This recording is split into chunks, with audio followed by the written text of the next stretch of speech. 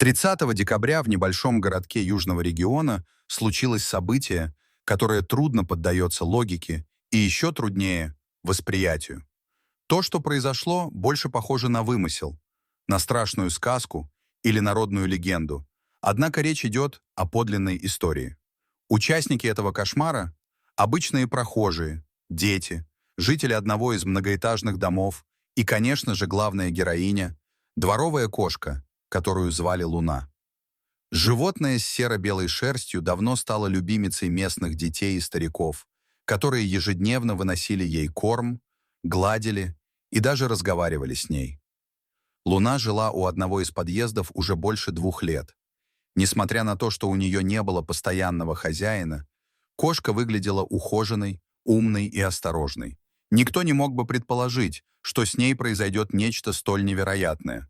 В тот день Луна, как обычно, гуляла по двору со своим другом, молодым рыжим котом по кличке Персик. Они вместе перебегали дорогу на пешеходном переходе возле магазина. Это был момент, всего секунда.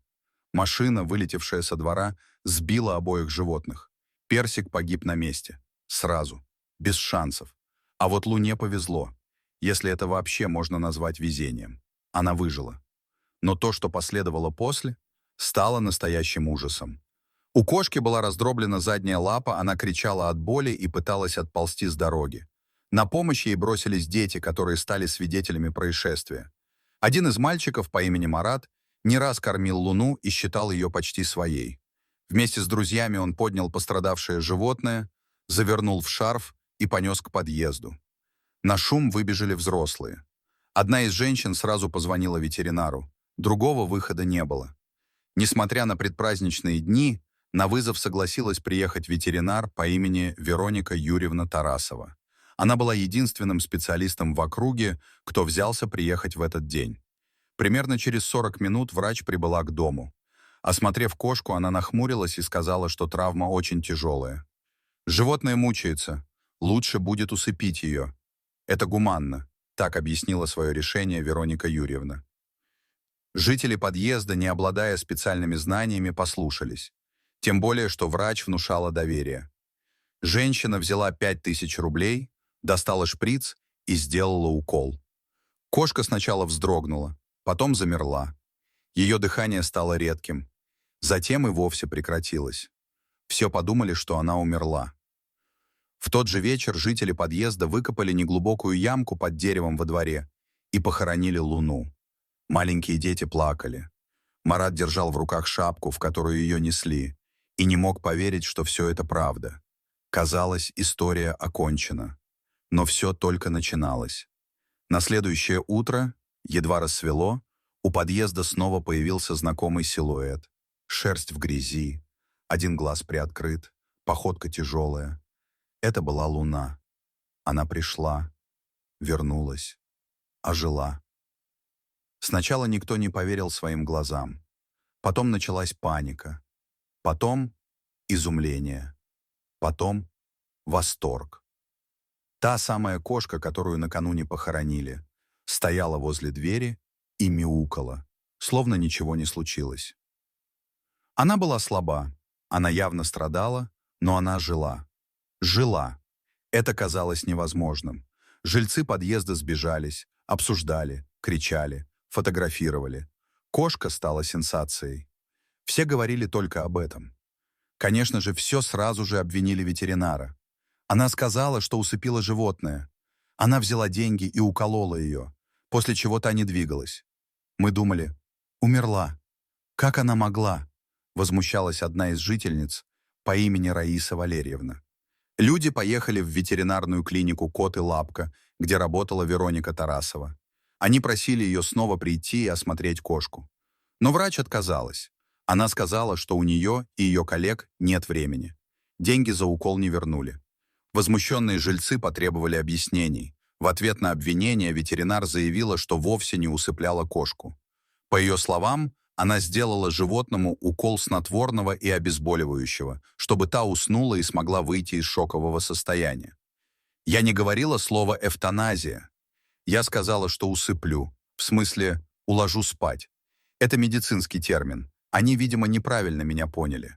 Я видела, что ее несут, но откуда мне было знать, что они собираются ее хоронить? Я думала, унесли домой или в подвал, чтобы она там отлежалась», — пояснила она.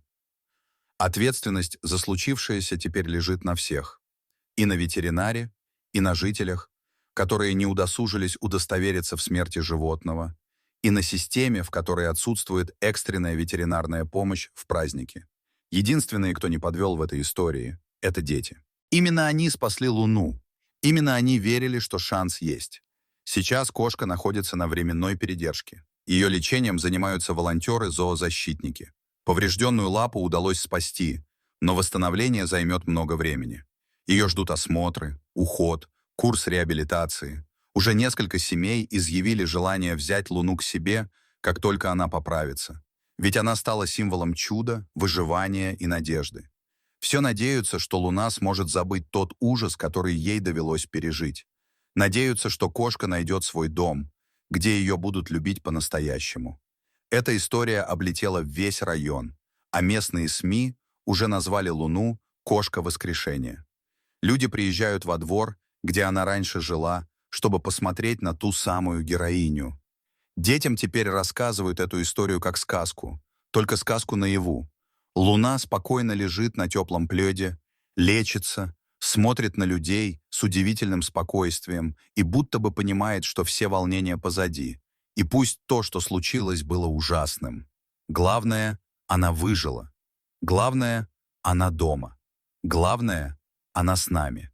Через несколько дней, когда история Луны распространилась по соцсетям, ситуацией заинтересовались волонтеры из соседнего города.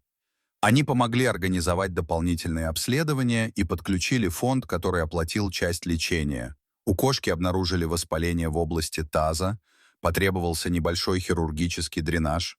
Ее состояние стабилизировали, но ей пришлось провести несколько дней под капельницей.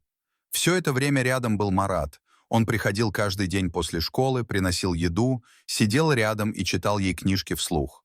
Он говорил, что Луна все понимает. И в это верили не только дети. Сейчас рассматривается вопрос, чтобы Луна навсегда осталась у Марата. Родители мальчика не против. Он сказал: «Если она вернулась с того света, это не просто так. Я должен быть с ней». Ветеринары отмечают, что психика Луны удивительно устойчива. Она уже начала играть, проявлять любопытство. На днях она впервые вышла в коридор и спокойно пошла на звук голоса.